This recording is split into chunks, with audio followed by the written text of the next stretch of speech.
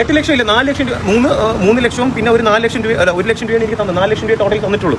അത് കറക്റ്റ് എനിക്ക് അയച്ചു തന്നതിന്റെ ഡീറ്റെയിൽസ് എല്ലാം ഇതിൻ്റെ അകത്തുണ്ട്, മനസ്സിലായില്ലേ? ആ ഡീറ്റെയിൽസ് മാത്രമേ എൻ്റെ കയ്യിലുള്ളൂ. അല്ലെങ്കിൽ അവരുടെ ട്രാൻസാക്ഷൻ ഡീറ്റെയിൽസ് അയക്കാൻ പറയാം. പിന്നെ ക്യാഷ് ആണ് തന്നെന്നുണ്ടെങ്കിൽ ക്യാഷിന്റെ എവിടെച്ച് കാണിക്കാൻ പറയാം. റോബിന്റെ കയ്യിൽ വേദലക്ഷ്മി എന്ന് പറഞ്ഞ വ്യക്തി 4 ലക്ഷം രൂപ ക്യാഷ് തന്നതായിട്ട് കാണിക്കാൻ പറയാം. ഞാൻ ജസ്റ്റ് ചോദിക്കും, 1 മിനിറ്റ്, വേദലക്ഷ്മിയുടെ അടുത്ത് കണ്ട 1 മിനിറ്റ്, ഞാൻ കറക്റ്റ് കാണിച്ചു തരാം. ആണ്ടാ 3 ലക്ഷം രൂപയും 1 ലക്ഷം രൂപയും എനിക്ക് വേദലക്ഷ്മിയുടെ അക്കൗണ്ടിൽ നിന്ന് അയച്ചാൽ താങ്ക് യു. RTGS ക്രെഡിറ്റ് ആകുമ്പോൾ പറയാൻ നെഫ്റ്റ് RTGS ഈ സാധനമാണ് അവർ ചെയ്തിരിക്കുന്നത്. പിന്നെ ഈ പെങ്കൊച്ച് പറഞ്ഞ കണക്ക് 1 മിനിറ്റ്, ഇവരാണ് എൻ്റെ അടുത്ത് എടാ ധന്യ എന്ന് പറഞ്ഞൊരു അക്കൗണ്ട് ഉണ്ട്, ഇതിലേക്ക് എന്ത് ചെയ്യാൻ പറഞ്ഞത് കണ്ടാ? ധന്യ എന്ന് പറഞ്ഞ അക്കൗണ്ടിലേക്ക് എന്ത് ചെയ്യാൻ പറഞ്ഞത്? ട്രാൻസ്ഫർ കണ്ടാ, മനസ്സിലാവുന്നുണ്ടോ? ഇതിലേക്ക് ട്രാൻസ്ഫർ ചെയ്യുന്നത് അവർ അയച്ചത്, അവരുടെ അക്കൗണ്ട് ഡീറ്റെയിൽസ് എനിക്ക് അയച്ചു തന്നിട്ടില്ല.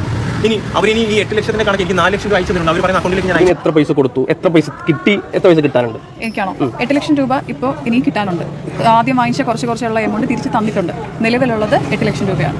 ഇത് അക്കൗണ്ട് വഴിയാണോ തന്നത്? എങ്ങനെയാണ് അതിൻ്റെ ഒരു 4 ലക്ഷം രൂപ ക്യാഷ് ഇൻ ഹാൻഡ് വാങ്ങിച്ചിട്ടുണ്ട്, ഒരു 4 ലക്ഷം രൂപ അക്കൗണ്ട് വഴി വാങ്ങിച്ചിട്ടുണ്ട്. അക്കൗണ്ട് വഴി വാങ്ങിച്ചിരിക്കുന്നത് 1 ലക്ഷവും 3 ലക്ഷവും ആയിട്ടാണ് കൊടുത്തിരിക്കുന്നത്. ഇത് ക്യാഷ് കൊടുത്തത് ഫുള്ള് 4 ലക്ഷമായിട്ടാണ് കൊടുത്തിരിക്കുന്നത്. പലരും ഇട്ടത്തായിരുന്നു കൊണ്ട് കൊടുത്തു.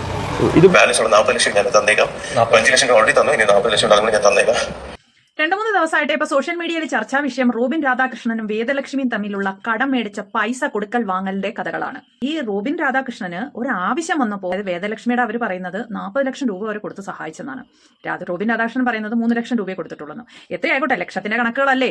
ഈ റോബിൻ രാധാകൃഷ്ണൻ ഒരു ആവശ്യം വന്നപ്പോൾ ഇത്ര ലക്ഷങ്ങൾ കടം കൊടുക്കാനായിട്ട് ഒരു സുഹൃത്ത് ഉണ്ടായിരുന്നല്ലോ.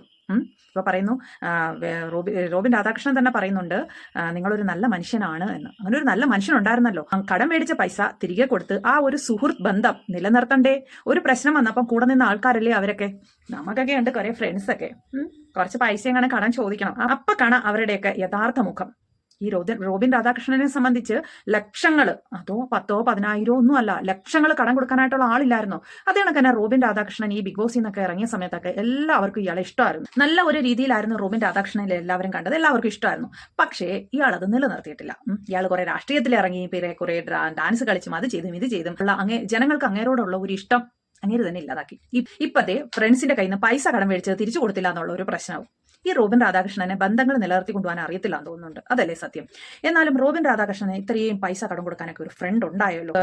ഈ വേദലക്ഷ്മി പൈസ കൊടുത്തല്ലോ, അപ്പൊ ആ തിരിച്ചു കൊടുക്കാനുള്ള ഒരു മനസ്സൂടെ കാണിക്കാതെ ഈ സോഷ്യൽ മീഡിയയിൽ വന്ന് കിടന്ന് ഇങ്ങനെ തമ്മിലടിക്കേണ്ട കാര്യമുണ്ടോ? റോബിൻ രാധാകൃഷ്ണന്റെ കയ്യിലാണ് തെറ്റെന്നാണ് തോന്നുന്നത്. കാരണം പൈസ മേടിച്ചത് തിരിച്ചു കൊടുത്തില്ല എന്നുണ്ടെങ്കിൽ ആർക്കായാലും ദേഷ്യം വരും.